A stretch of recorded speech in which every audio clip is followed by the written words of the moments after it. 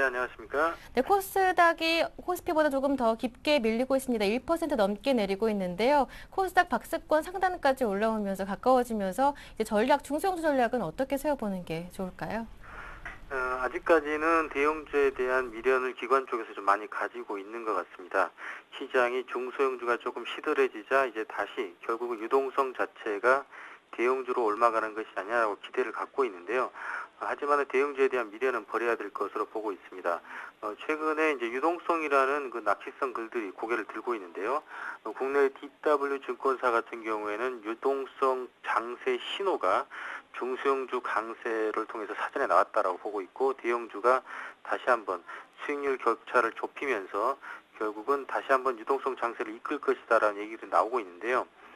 그에 대한 근거로는 최근 7월 말 이후에 유가증권 시장의 중소형주가 한 12% 올랐고 대형주 수익률 5.3%를 크게 앞질렀기 때문에 과거 1, 2차 양적 완화라든지 22의 LTRO 같은 것을 전후로 해서 중소형주 강세가 일시적으로 보이다가 결국은 다시 대형주가 움직였다는 것을 근거로 들고 있습니다.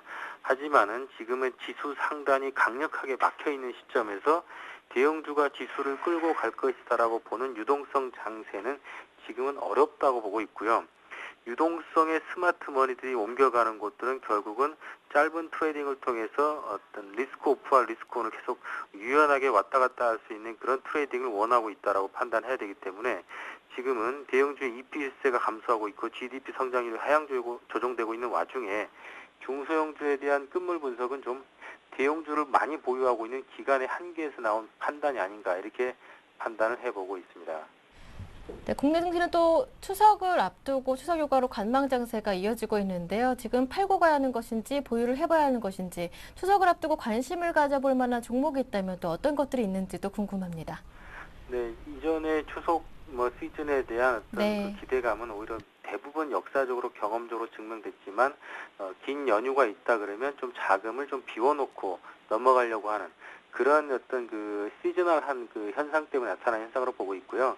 하지만 지금 기관 같은 경우에 Q3 발표 직후에 하반기 대세 상승장에 대한 얘기를 강조했었고 2100포인트 정도는 쉽게 돌파할 것처럼 얘기했지만 오히려 추석을 앞두고 오히려 기관의 포지션 자체는 아주 적은 순매수 또는 그냥 기존의 보유 비중 축소를 하고 있는 게 아닌가 판단이 되어지고 있습니다. 그렇게 보면 최근까지의 분석들로 기관의 움직임을 가지고 시장 판단이 좀 어려우실 것 같고요.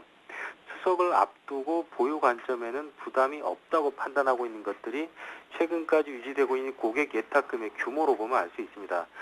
최근에 3월 달까지만으로도 보유 예탁금 정도가 한 20조 가까이 유지되다가 그 뒤에 급격하게 하락을 했지만 최근에 보유 예탁금이 18조 7천억 원대까지로 지금 한 5개월 동안 가장 많은 보유 예탁금을 기록을 하고 있기 때문에 그러한 유동성이 대형주로 가기는 힘들고 오히려 중소형주를 돌아다니면서 계속 트레이딩 할 것을 보이기 때문에 오히려 추석 이후에 시장이 계속적으로 순환매가 돈다고 보면 지금은 팔고 현금화를 높일 것이 아니라 홀딩한 상황에서 종목 찾기에 집중해야 된다고 보고 있습니다.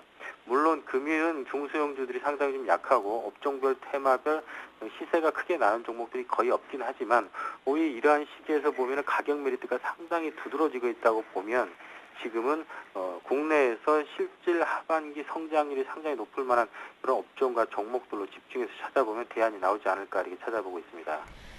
네, 알겠습니다. 중국의 황금 연휴도 토요일부터 시작됐는데요. 중국 소비주, 이번 주에 차익 실현을 해야 하는 걸까요? 중국의 전체적인 거시 경제 지표를 살펴보면 중국의 수입 증가율은 급락세를 보이고 있고 중국의 전력 생산량 자체도 하반기 들어서면서 계속 급감세를 보이고 있습니다. 또한 당연히 중국의 수출 감소와 함께 GDP 성장률 자체가 7% 초반대로 계속 위협을 하고 있기 때문에 중국에 대한 기대를 걸기가 사실 부담스러움에도 불구하고 오히려 중국이 소비시장, 특히 중국의 인민들을 통해 가지고 소비시장에 어떤 대응이 나올 것이다라고 보는 의견들이 많은데요. 제가 볼 때는 중국 소비주들 관련주가 움직이고 있는 것이 아니라 그 개별 기업들의 실적 기반의 호조세가 바탕이 되고 있는데 중국 비즈니스가 일부 있다라는 것을 통해 가지고 중국 소비주를 적극 대응해야 된다 이런 얘기들로 좀 약간 좀 와전되고 있는 것이 아닌가 이렇게 판단하고 있는데요.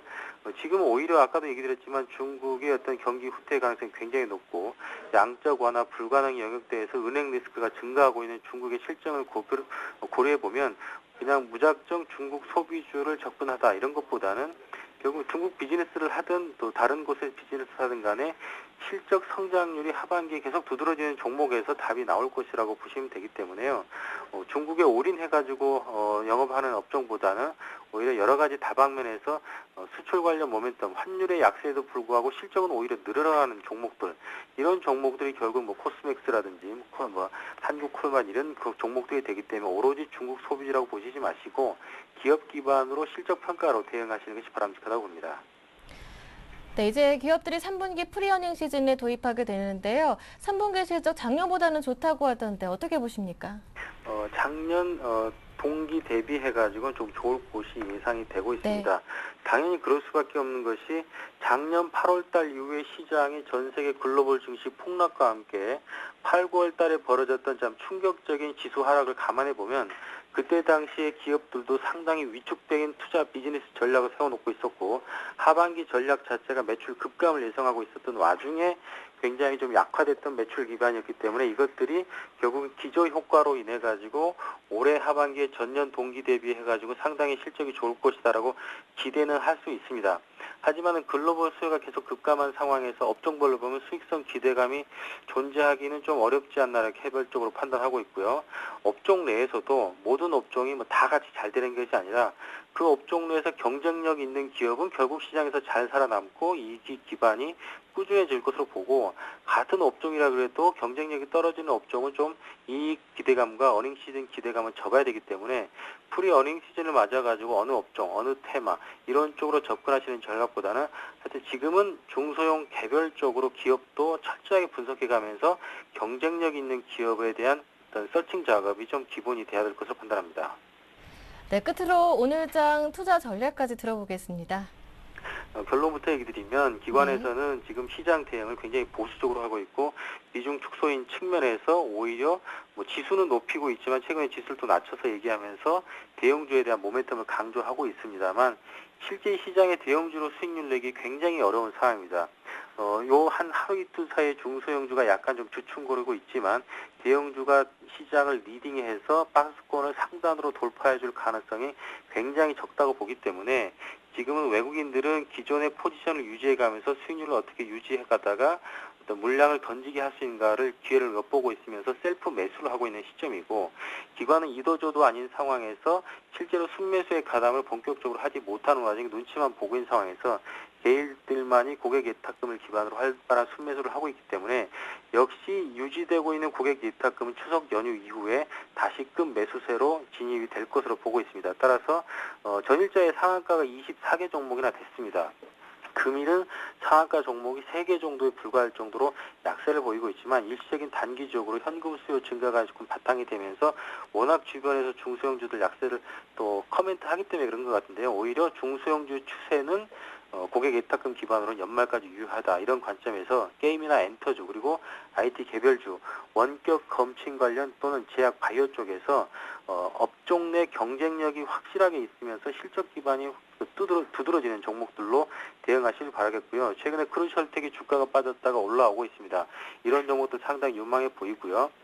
노만성 같은 경우가 신고가 추세에서 뭐 별다른 큰 뭐 매도 차익 실현이나 이런 것들이 나오지 않은 상황에서 우상향 추세를 유지하고 있습니다. 그리고 최근에 낙폭을 많이 보였던 STS 반도체 같은 종목들도 어떤 저가 바닥권에서 어떤 모멘텀을 찾고 있는 그러한 눌림목 국면이라고 바라본다고 그러면 이런 종목들과 함께 최근에 추천드렸던 세운메디칼의 가격 메리트 한 10% 정도 싸졌기 때문에 이런 개별 종목 대응해 보시고요. 코스피 밴드는 금일은 한 1990 전후에서 소폭의 변동성이 있겠다 이렇게 판단하시면 되겠습니다.